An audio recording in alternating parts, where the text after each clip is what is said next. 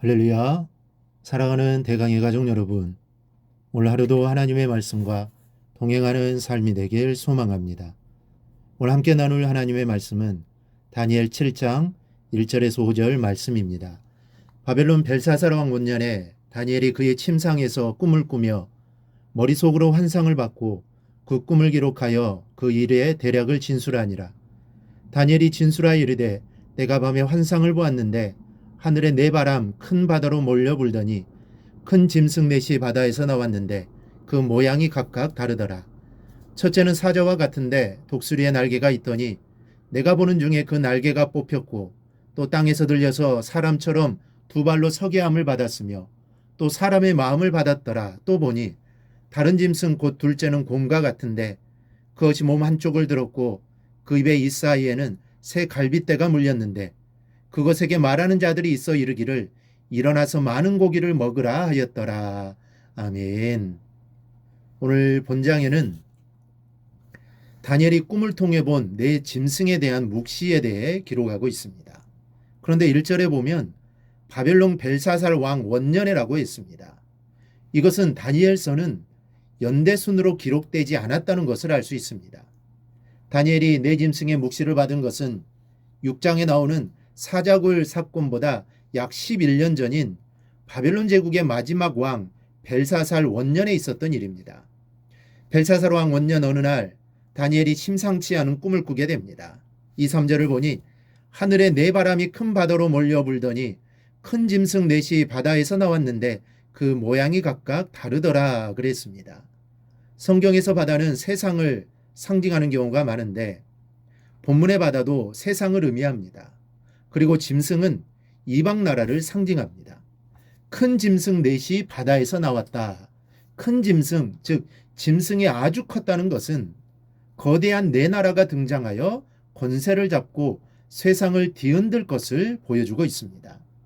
그런데 우리가 주의 깊게 보아야 할 말씀이 있습니다. 하늘의 네 바람이 큰 바다로 몰려불더니라고 했습니다.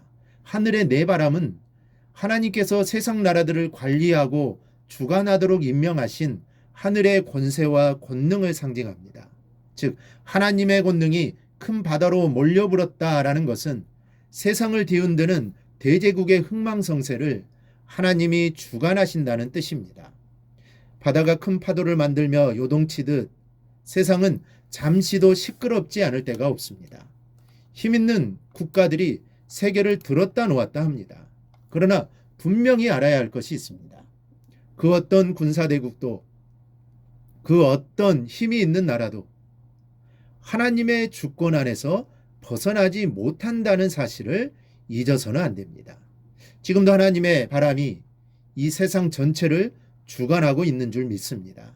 군사대국이든 경제대국이든 간에 세상의 어느 것 하나라도 주님의 손 안에서 움직여진다는 것을 믿고 또한 내 인생도 주님의 손 안에서 운행되고 있다는 것을 믿으시기 바랍니다. 본문 4절로 돌아가 보면 다니엘 선지자가 보았던 네 짐승 가운데 이 첫 번째 짐승이 나옵니다. 첫째는 사자와 같은데 독수리의 날개가 있더니, 먼저 독수리의 날개가 달린 사자입니다.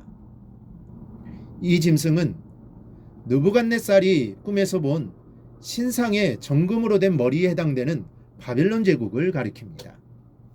하늘의 왕 독수리의 날개를 달고 있는 지상의 왕 사자는 가히 천하를 뒤흔들고도 남음이 있는 기상이 아닐 수 없습니다. 바벨론의 느부갓네살 왕은 가히 이 비유에 걸맞는 인물이었습니다.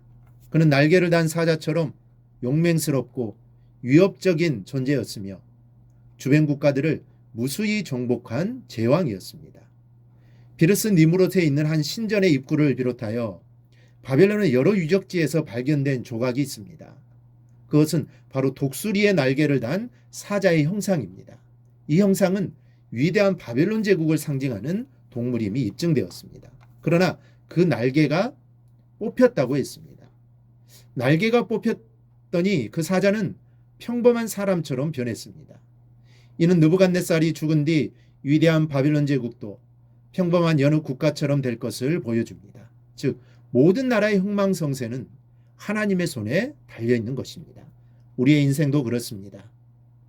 우리 인생에 생사와 복도 하나님의 손에 달려 있습니다.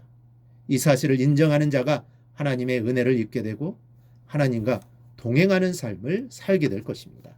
본문 5절에는 다니엘이 보았던 네 짐승 가운데 두 번째 짐승의 모습이 나옵니다. 두 번째 짐승은 곰 같은 모습을 하고 있었습니다. 이 곰이 두 번째로 바다에서 나왔는데 그 곰은 메데바사 제국을 상징합니다. 메데바사 연합국이 바벨론의 벨사살 왕을 죽이고 완전히 장악해버렸습니다. 천하제일의 바벨론 제국이 신흥 제국에 의해 완전히 멸망해버린 것입니다. 그런데 곰의 이빨 사이에는 세 개의 갈빗대가 물려 있었습니다. 이거는 참으로 공포스러운 모습입니다. 곰의 이빨 사이에 갈빗대 세 대가 몰려있는 모습을 생각해 보십시오.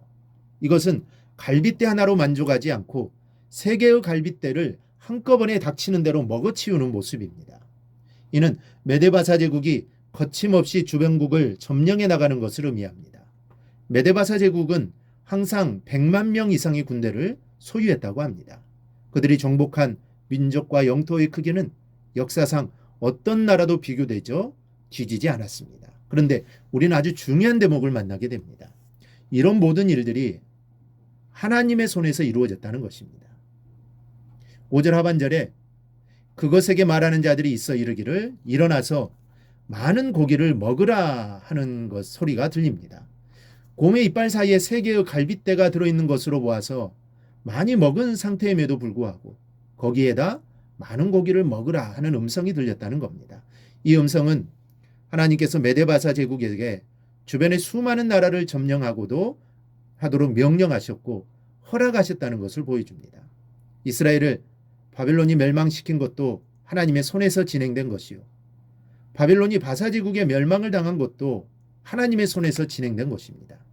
하나님은 이스라엘의 역사만 주관하시는 분이 아니라 세계의 모든 국가들, 우주 행성 하나까지 주관하시는 분이신 것을 믿으시기를 바랍니다. 그러니 우리의 인생을 주님께서 어찌 보살피시지 않겠습니까? 우리의 인생, 우리의 목숨, 우리의 흥망성쇠가 주님의 손에 달려 있음을 다시 한번 고백하시는 귀한 시간이 되시기를 간절히 바랍니다. 그리고 그 하나님만을 의지하는 삶을 살아가기를 주님의 이름으로 축원합니다. 오늘 묵상한 말씀을 굳게 잡고 삶으로 실천하며 살아내는 대강의 모든 성도들이 되기를 축복합니다.